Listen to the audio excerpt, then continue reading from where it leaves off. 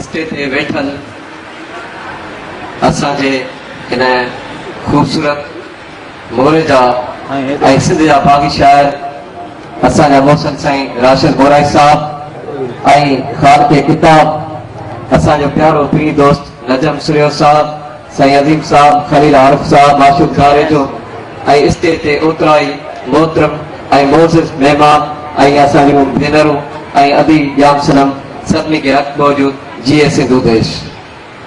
दोस्तो, नजम जे किताब जो सफ़र ॾाढो ख़ूबसूरतीअ सां सरअंजाम थी तव्हांजे हथनि ताईं पुॻो ऐं उहो निरालो ख़ुशबू भरियल सफ़र, उहो लफ़्ज़नि जे अणछुयल ख़ुशबू जो सफ़र जेको असांजे अॼु रूहनि खे छुई ऐं असांखे हिते वठी आयो आहे। असांजे रूहनि खे हिते अॼु उन हवाले सां वठी आयो त असीं ॿिए ॿुधूं ऐं हिन जे किताब खे ॾिसूं। ॻाल्हि आहे त अॻ में बि दोस्तनि चयो आहे त मकाननि लिखण बजाए थोरो थोरो ॻाल्हायो। दिलि चयो पियो त नजम में ॾाढो ॻाल्हाइजे ऐं असां पहिरीं बि प्रॉमिस करे चुकासीं त नजम तो ते ॾाढो ख़ूब ॻाल्हाइबो, पर ॿाहिरां कई आयल महिमान ऐं असांखां बि मोतबर सुठा नाला वेठा आहिनि, उहे ॻाल्हाईंदा। मां चंद संदसि शख़्सी हवाले सां ॻाल्हियूं कंदुमि ऐं थोरी शाइरी संदसि ॿुधाईंदुसि। शख़्सी हवाले सां नजम हिकिड़ो हिसास माण्हू आहे, उहो बि तकलीकार हिसास आहे। पंहिंजे अंदर में जेके सोचूं रखे थो उन्हनि सोचुनि में हिसासियत सां गॾु हिकिड़ी सघ आहे। उहा सघ, उहो अमल जेको जबल जो चोटीअ खां बि मथे आहे ऐं उहो जबल जॾो जेका सघ रखे थो माण्हू, उहो समाज जे ख़राबियुनि ऐं बुराइनि ऐं सुठाइनि ते बि नज़र रखे थो, उन्हनि खे बि पैदा करे थो। नजम जी शाइरी अॼु असां वटि अहिड़े हवाले सां पहुती ऐं उन ख़ूबसूरत अंदाज़ सां पहुती जंहिंजो खेसि अंदाज़ न हो ऐं एॾो ख़ुशि आहे त मां हिकिड़े तकलीकार जे हिसाब सां मौजूदु आहियां। किताब अचणु वॾी ॻाल्हि हूंदी आहे, छो त इहो सफ़र असां कयो आहे। सवेल दोस्त ॻाल्हि करे वियो, पर अलाए छो दोस्त कॾहिं कॾहिं विसारे वेंदा त मां बि न मोरे जो हिकिड़ो तकलीकार आहियां, समाजी वर्कर आहियां ऐं सॼो ॾींहुं समाज जा कम कयूं था। पर जॾहिं दोस्त को बि प्रोग्राम कंदा त शायदि यादि कोन कंदा आहिनि, अलाए छाजे करे हिकिड़ो नालो खणी विसरी वेंदो अथनि। पर मुंहिंजे किताब खां वठी अॼु ख़ुशीअ जो इज़हार थो करियां त मुंहिंजो किताब 2006 में आयो, उन खां पोइ 2012 में आयो ऐं उन किताब खां पोइ सभिनी दोस्तनि में हिकिड़ो तारक मची वियो त हाणे असांजे दोस्त जो बि किताब अचणु घुरिजे। ऐं उनजी पहिरीं कड़ी जेका आहे सो अदी नसीम में मुंहिंजो किताब आयो, उनखे बि असां पंहिंजे उन सफ़र ते पुॼायो।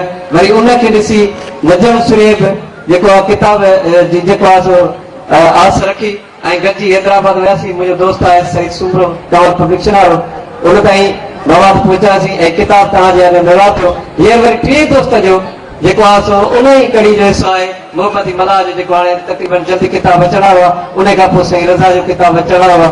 अहिड़ी तरह ॿियनि दोस्तनि जा किताब अचण वारा आहिनि। मोरो असांजो अदबी हवाले सां तमामु शाहूकार आहे, मोरो असांजो सियासी हवाले सां तमामु शाहूकार आहे, मोरो असांजो मोहबतुनि जे हिसाब सां तमामु शाहूकार आहे, मोरो असांजो तहज़ीब जे हवाले सां तमामु शाहूकार आहे, पर मोरो असांजो सिंध जे आशिक़ सां तमामु शाहूकार आहे। छो त जेसीं ताईं शाइर वटि हिन धरतीअ जो इश्क़ न आहे तेसि ताईं आउं शाइर नथो मञां, ऐं जेसीं ताईं हिन तकलीकार वटि समाज जे ॾुखनि ऐं अण बराबरियुनि जो दर्द न आहे उनखे बि आउं शाइर नथो सम्झां।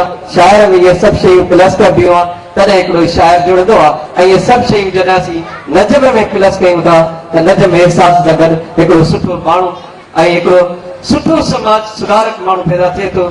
अॼु उनजे करे उन रदेवल में ॾिसो पिया त केतिरा मोहबत माण्हू कई आया, असांजी भेनरूं बि कई आहिनि। हीउ पहिरियों मोरे जे अंदरि कंहिं प्रोग्राम में वॾो कारनामो आहे जो लेडीज़ बि विरे, इहो नजम जो कारनामो आहे, नजम जे सुठे इंसान हुजण जो कारनामो आहे।